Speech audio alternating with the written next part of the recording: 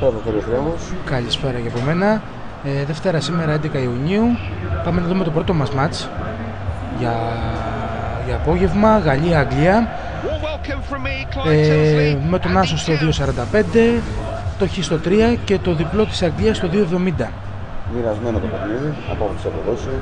Τα πρώτα μάτς τα οποία φαίνεται ότι τέτοια στιγμή ο Παπς στην φάση δεν ξέρει ακριβώς τον νικητή. Θεωρεί ελαφρό φαβορί τη Γαλλία. Ελαφρώς φαβορί. Από ό,τι βλέπω. Ναι. Το λόγο δεν μπορώ να το καταλάβω. Δηλαδή, εγώ την Αγγλία θα έδινα. Δηλαδή, ένα 2.70 στην Αγγλία μου αρέσει σαν ένα bet πριν τον αγώνα. Ναι, δεν είναι άσχημο το 2.70. Καθόλου άσχημο σε σχέση με αυτά που μας έχει δείξει η Γαλλία τα τελευταία χρόνια. Δεν ξέρω δηλαδή τίποτα. Ότι αυτή η απόδοση του 2.70 είναι μια απόδοση που θα πέσει στη διάρκεια του αγώνα. Παραθανεύει. Το Χ είναι 3. Είναι χαμηλό Χ, δείχνει και μια τάση. Το περιμένει δηλαδή στην ουσία. Ακριβώς. Φαίνεται και από το 1-1 το οποίο δίνει 5. Εκεί έχει μια τέτοια εικόνα για τον αγώνα. Και ένα 0-0 που δίνει 6, δηλαδή και άντερ το βλέπει πάρα πολύ. Ένα 40 το άντερ και 2-20 το άντερ. Από τα πιο χαμηλά σύγχρονες αποδόσεις που δίπονται στο 0-0. Άρα μας λέει να μην το παίξουμε, περιμένει και ένα μάτι. Δεν θέλει να σκέφτεται το 0-0, να σκέφτεται το 0-0. Προφανώς δεν θέλει trade, δεν θέλει και το πράγμα πάνω στο σκορ. Ξεκίνησε ο αγώνας. Ωραία, πάνω στο under over του 1.40 και το 2.20, Τάκη, τι βλέπουμε εδώ? Εντάξει, το ματσάκι είναι under. Τι θεωρείς? Θεωρώ ότι το ματσάκι θα είναι under, ναι. Παρ' όλα αυτά το 1.40 είναι μικρό αρκετά. Αξία το 2.3 έχει εδώ? Στον 70? Δεν ξέρω, θα μπορούσε, αλλά το 70 είναι λογικό. Δεν είναι παράλογο το 2.3. Δεν έχω πολλά γκολ σε αυτόν τον αγώνα εγώ. Συμφωνώ δηλαδή με την εκτίμηση που κάνει ο ΠΑΠ στον αγώνα αυτό. Εγώ σαν πρώτη μου επαφή με το παιχνίδι αυτό, όπως σας είπα, θα έπαιρνα το διπλό της Αγγλίας στο 2.70. Δεν είναι κακό, είναι το καλό. Θεωρώ πολύ καλό bet για αρχή και επίσης κάτι που δεν έχω πει τόσες μέρες, εδώ θα έπαιζα το goal στο 1.90. Το να σκοράρουν και δύο ομάδες και μου το δίνει ο ΠΑΠ στο 1.90. Δεν μπορώ να καταλάβω τον λόγο και είναι πάρα πολύ καλό bet. Σχετίζεται με το 6 που δίνει στο 0-0. Δηλαδή δεν πιστεύω ότι αυτό το μάτς. Ναι, αλλά και ταυτόχρονα στο 5 στο 1-1. Και να μην έρθει το 1 το μάτς. Δεν μπορούσε να έρθει το μάτς 1-1. Υπάρχει το 1-1 στο σκορ. Αυτό το μάτς όντως είναι αμφίροπο, όντως είναι δύο ομάδες που δεν σκοράρουν. Δεν μπορούμε να κάνουμε απίστευτες προβλέψεις εδώ πέρα και σίγουρες προβλέψεις, η αλήθεια είναι. Ναι, είναι ένα δύσκολο μάτς. Δεν συνιστά έκπληξη κανένα από τα δύο αποτελέσματα, ούτε η νίκη της Γαλλίας, ούτε η νίκη της Αγγλίας. Ούτε και το Χ. Πραγματικά ένα. Όλα τα αποτελέσματα ανοιχτά δηλαδή. Ανοιχτό, ακριβώς. Τριπλή καθαρή προπό. Καθαρή τριπλή ακριβώς. Απλά ίσως να έχει αξία να ποντάρουμε σε αυτό το μάτς μόνο στο live. Ναι, κατευθείαν στο live το ΟΠΑΠ, βλέποντας το παιχνίδι και πώς εξελίσσεται, να παίξουμε το στοίχημα μας. Πάει καλά πολύ στις πρεμιέρες. Βλέπω όμως ότι επιτίθεται, δηλαδή έχει τον πρώτο λόγο στον αγώνα, στα πρώτα λεπτά. Ναι. Δεν ξέρω αν θα συνεχιστεί αυτή η εικόνα, λογικά θα ανέβει κάποια στιγμή η Αγγλία. Στηρείται τίτλους η Αγγλία, χρόνια τώρα. Είναι και αυτή μια ταλαιπωρημένη εισαγωγικά ομάδα και αδικημένη. Δεν έχει καταφέρει εδώ και πολλά χρόνια η Αγγλία πολλά πράγματα. Αντιθέτως μας απογοητεύει. Είτε σε Μουντιάλ, είτε σε Euro. Ενώ οι αγγλικές ομάδες είναι πάρα πολύ καλές, εξαιρετικά καλές, το αγγλικό ποδόσφαιρο είναι τα καλύτερα ποδόσφαιρα παγκοσμίως. Chelsea πήρε το Champions League. Είναι τα καλύτερα ποδόσφαιρα παγκοσμίως, πραγματικά. Είναι καθαρά από τη σωτική χώρα. Η Γαλλία τώρα στην επίθεση, μια πολύ καλή φάση. Ωραίο σουτ, λίγο δίπλα το δοκάρι.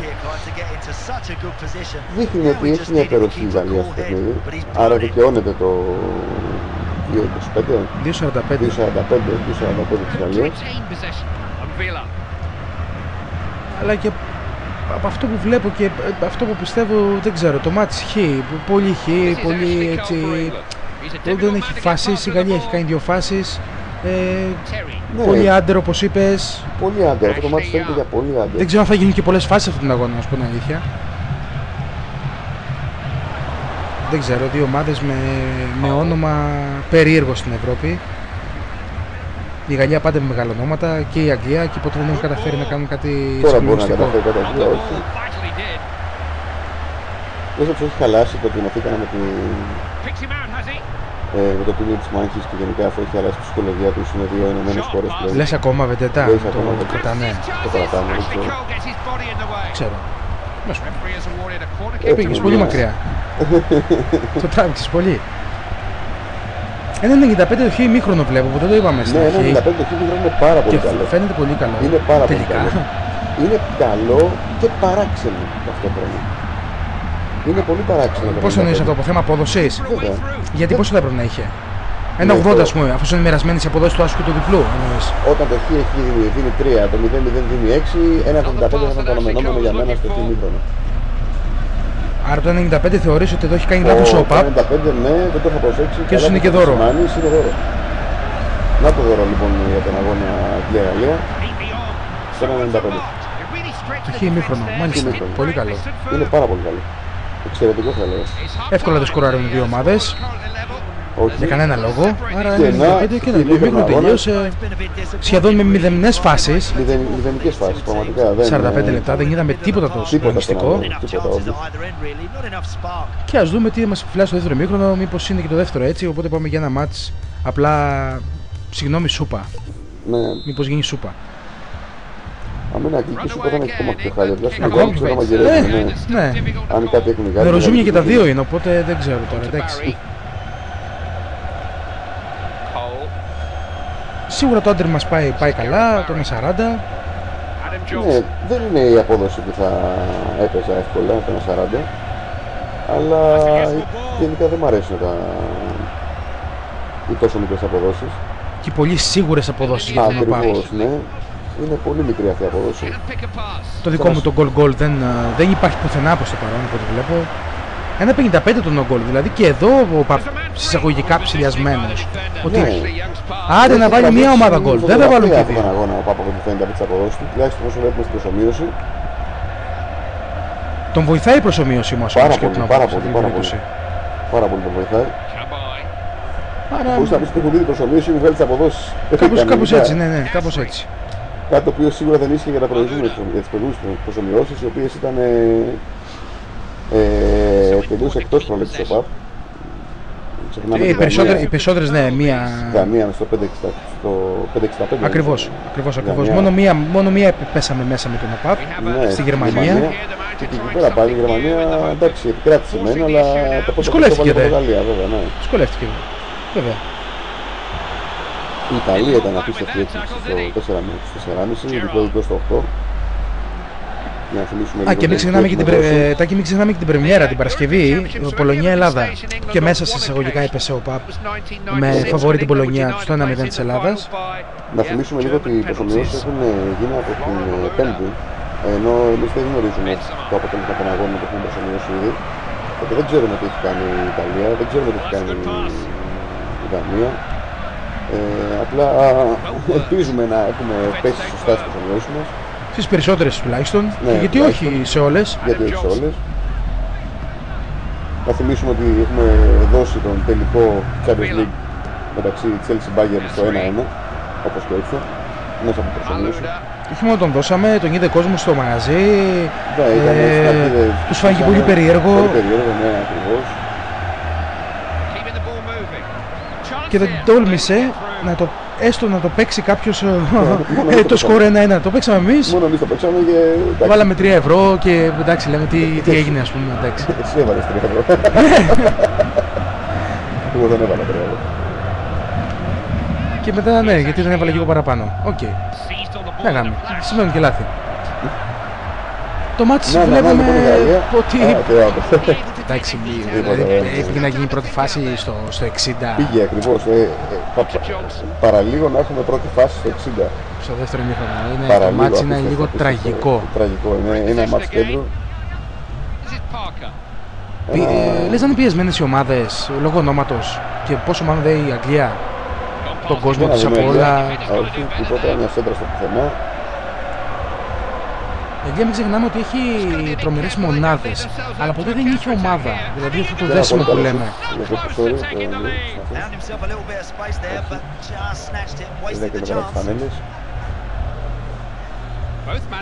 Η Γαλλία περιμένει πολλά από τον Μαλουντά, τώρα που το είδα κιόλας μπροστά μου. Περιμένει πάρα πολλά. Είναι σε ριχά νερά προς το παρόν. Ναι, σίγουρα. Δεν βλέπω να κάνει κάτι, να τη βοηθάει στον πρώτο αγώνα.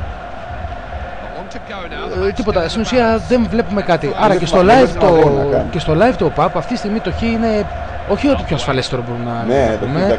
Είναι... Το παίρνουμε αγκαλίτσα, το αγαπάμε και τέλος. Τίποτα. Δεν βλέπουμε γκολ. Τώρα άμα μπει δεν ξέρω. Να φάσει για τη Γαλλία. Δεν ξέρω άμα μπει γκολ. Δεν φαίνεται να μπει γκολ. Χ 0-0 στο 6 απόδοση. Pro game να το πάρουμε. Πολύ ωραίο. Τελικά no goal. Από ό,τι φαίνεται 1-55-1-55. Το no goal είναι το πιο καλό τελικά. Το πιο ασφαλές εδώ πέρα. Βέβαια, αν εξελισσόταν αγώνες διαφορετικά, δηλαδή είχαμε κάποιο πρώτο γκολ από την Αγγλία ή από την Γαλλία, θα μιλάγαμε για ένα γκολ. Θα μιλάγαμε για ένα παιχνίδι πιο ενδιαφέρον. Αλλά όπως το σημείο εξελίσσεται δεν δείχνει. Όπως τώρα το βλέπω και αυτό στο κουπόνι και το 0-1 γκολ είναι από τα πιο χαμηλά του τετραημέρου που έχει δώσει ο ΠΑΠ στο 2.35. 0-1 γκολ. Απίστευτο χαμηλό. Καλό. Δεν βλέπει γκολ στον αγώνα ο ΠΑΠ. Είναι προφανές ότι δεν βλέπει γκολ. Και ούτε εμείς βλέπουμε προς το παρόν. Στη δική μας προσωμείωση. Οπότε... Ούτε εμείς προσωμείωση το βλέπουμε. Εντάξει. Προσωμείωση. Τέλος αγώνας 0-0. Τίποτα. Κουλουράκια. Μας συγχωρείτε, αλλά ναι. Από το πιο βαρετά παιχνίδια που έχουμε δει. Δεν ξέρω, το θεωρώ και πολύ σίγουρο τελικά. Το Χ εδώ πέρα ίσως είναι το πιο σίγουρο του τετραημέρου. Μπορεί, ναι, είναι πολύ πιθανό. Μετά της Γερμανίας στον Άσο, στο 1.85, το Χ3 απόδοση φάνηκε απίστευτα.